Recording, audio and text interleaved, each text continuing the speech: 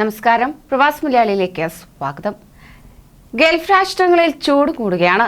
ഇതിനോടൊപ്പം തന്നെ ഒട്ടുമിക്ക രാഷ്ട്രങ്ങളും പുറം ജോലി ചെയ്യുന്ന തൊഴിലാളികൾക്ക് വിശ്രമ സമയം അനുവദിക്കുകയും ചെയ്തു. Qatar, UAE, Oman, Kuwait, Saudi Arabia എന്നീ രാഷ്ട്രങ്ങൾ കർശന നിരീക്ഷണമാണ് ഒരുക്കിയിരിക്കുന്നത്. നിബന്ധനകൾ പാലിക്കാത്തവർക്ക് കറുത്ത പിഴയും ഏർപ്പെടുത്തുകയും ചെയ്യും. ഖത്തറിൽ ചൂട് കൂടിയ സാഹചര്യത്തിൽ പുറം ജോലികളിൽ ഏർപ്പെടുന്ന തൊഴിലാളികൾക്കുള്ള നിർബന്ധിത ഉച്ചവിശ്രമ സമയം ജൂൺ 1 മുതൽ പ്രാബല്യത്തിൽ വന്നു കഴിഞ്ഞു. ഓഫീസുകൾക്ക് പുറത്ത്, നിർമ്മാണ സൈറ്റുകളിലും മറ്റുമായി പുറം ജോലികളിൽ ഏർപ്പെടുന്ന എല്ലാ തൊഴിലാളികൾക്കും രാവിലെ 10 മണി മുതൽ വൈകിട്ട് 3:30 വരെ നിർബന്ധിത വിശ്രമം അനുവദിക്കണമെന്നാണ് തൊഴിൽ മന്ത്രാലയത്തിന്റെ ഉത്തരവിൽ വ്യക്തമാക്കുന്നത്.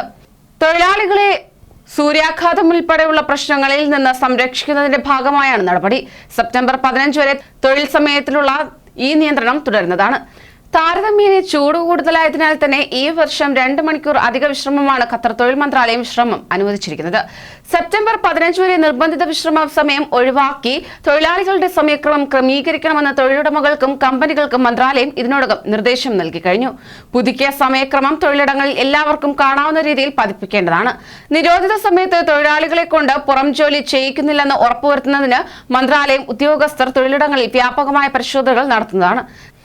നിയമം ലംഘിക്കുന്ന സ്ഥാപനങ്ങൾക്കും കമ്പനികൾക്കും പിഴ, പ്രവൃത്തി നിർത്തിവെക്കൽ, ലൈസൻസ് റദ്ദാക്കൽ ഉൾപ്പെടെയുള്ള ശിക്ഷകൾ ലഭിക്കുമെന്ന് മന്ത്രാലയം മുന്നറിയിപ്പ് നൽകിയിട്ടുണ്ട്.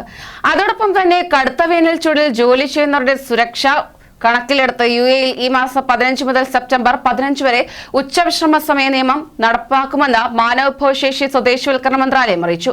ഉച്ചയ്ക്ക് 12:30 മുതൽ വൈകുന്നേരം 3 വരെയാണ് ഉച്ചവിശ്രമ സമയം നൽകുന്നത്. ഈ സമയത്ത് തൊഴിലാളികളെ വെയിലത്ത് ജോലി ചെയ്യിക്കുന്നത് കുറ്റകരമാണ്. ഈ കാലയളവിൽ ദിവസേന പ്രവൃത്തി സമയം 8 മണിക്കൂറിൽ കവിയരുത്. തീരുമാനങ്ങൾ പാലിക്കാത്ത സ്ഥാപനങ്ങൾക്കെതിരെ വൻപിഴ ചുമത്തുന്നതാണ്. ഓരോ തൊഴിലാളികൾക്കും 5000 ദിർഹം വീതം എന്ന നിലയിൽ പിഴ ഈടാക്കുകയും ചെയ്യും. ഒന്നിലധികം തൊഴിലാളികൾ ജോലി ചെയ്യുന്ന സാഹചര്യത്തിൽ 50,000 ദിർഹം പിഴ ചുമത്തുന്നതാണ്.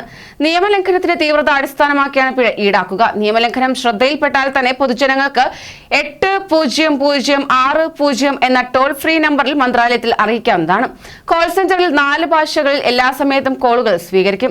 നിയമലംഘനം സംബന്ധിച്ച വിവരങ്ങൾ മന്ത്രാലയത്തിന്റെ ശ്രദ്ധയിൽപ്പെടുത്താൻ ജീവനക്കാരും ശ്രദ്ധിക്കണമെന്ന് മന്ത്രാലയം അറിയിച്ചു. സൗദിയിൽ കാലാവസ്ഥാ വ്യതിയാനത്തിന്റെ ഭാഗമായി ജൂൺ പകുതിയോടെ പൊടിക്കാറ്റും ചൂടും വർദ്ധിക്കുമെന്ന് റിപ്പോർട്ട് വ്യക്തമാക്കുന്നു. രാജ്യത്തെ കിഴക്കൻ മേഖലയിലാണ് ഈ കാലാവസ്ഥാ മാറ്റം കൂടുതൽ പ്രകടമാകുകയെന്ന് അൽ ഖസീം സർവകലാശാലയിലെ കാലാവസ്ഥാ നിരീക്ഷണ വിഭാഗത്തിലെ മുൻ പ്രൊഫസർ ഡോക്ടർ അബ്ദുള്ള അൽ മിസ്നത്ത് അഭിപ്രായപ്പെടുകയുണ്ടായി. വടക്ക് പടിഞ്ഞാറ് ഭാഗത്തെ പൊടിക്കാറ്റിന്റെ ശക്തി ജൂൺ പകുതി മുതൽ ജൂലൈ അവസാനം വരെ നീണ്ടു നിൽക്കുമെന്ന നിഗമനവും അദ്ദേഹം പങ്കുവച്ചു. ഈ വർഷം ജൂൺ 7 മുതൽ സൗദിയിലെ മിക്ക പ്രദേശങ്ങളിലും ചൂട് കൂടുന്ന കാലാവസ്ഥയായിരിക്കും പ്രകടമാകുക. ഈ അവസ്ഥ 40 ദിവസം വരെ നീണ്ടു നിൽക്കുമെന്നും അദ്ദേഹം ചൂണ്ടിക്കാട്ടി. സൗദിയിൽ വിവിധ പ്രദേശങ്ങളിൽ ചൂട്, മണൽക്കാറ്റും വർദ്ധിക്കുന്ന സാഹചര്യത്തിൽ കൂടുതൽ ജാഗ്രത പാലിക്കണമെന്നും വിദഗ്ധർ അഭിപ്രായപ്പെടുന്നു. ചൂട് കൂടുന്ന കാലാവസ്ഥയിൽ തൊഴിലാളികൾക്ക് സൂര്യാഘാതം പോലുള്ള അപകടങ്ങൾ ഏൽക്കാതിരിക്കാനുള്ള മുൻകരുതലുകൾ എടുക്കേണ്ടതാണ്. തൊഴിലിടങ്ങളിൽ തൊഴിലാളികളുടെ ആരോഗ്യ സുരക്ഷ തൊഴിലുടമകളുടെ പ്രഥമ കർത്തവ്യമാണ്. ചൂട് സംബന്ധമായ ആരോഗ്യ പ്രശ്നങ്ങളിൽ നിന്ന് അവർക്ക് സുരക്ഷ നൽകാൻ ശ്രദ്ധിക്കണമെന്നും അധികൃതർ അറിയിച്ചിട്ടുണ്ട്. ആയതിനാൽ തന്നെ നിർജ്ജലീകരണം തടയാനായി കൂടുതലായി വെള്ളം കുടിക്കുക, സൂര്യാഘാതം പ്രതിരോധിക്കാൻ സൂര്യപ്രകാശം നേരിട്ട് ശരീരത്തിൽ എത്താതിരിക്കാൻ ശ്രദ്ധിക്കുക, ശരീരോഷ്മാവ് സുരക്ഷിതമായ തലത്തിൽ സൂക്ഷിക്കാൻ സാധ്യമാകുന്ന വസ്ത്രധാരണം സ്വീകരിക്കുക എന്നിവയാണ് പ്രധാനമായും ശ്രദ്ധിക്കേണ്ടത്. വാഹനങ്ങളുടെ സുരക്ഷയ്ക്ക് അവയുടെ water level, cooling level, tyre എന്നിവ ഇടയ്ക്ക് പരിശോധിക്കണമെന്നും ഈ മേഖലയിലെ വിദഗ്ധർ അഭിപ്രായപ്പെടുന്നു. ചൂട് കടുത്ത സാഹചര്യത്തിൽ പുറം ജോലികളിൽ ഏർപ്പെടുന്ന തൊഴിലാളികൾക്ക് കൂടുതൽ ശ്രദ്ധ വേണമെന്നും മുന്നറിയിപ്പിൽ അധികൃതർ വ്യക്തമാക്കുന്നുണ്ട്. കൂടുതൽ പ്രവാസി വാർത്തകൾക്കായി ഈ ചാനൽ സബ്സ്ക്രൈബ് ചെയ്യൂ.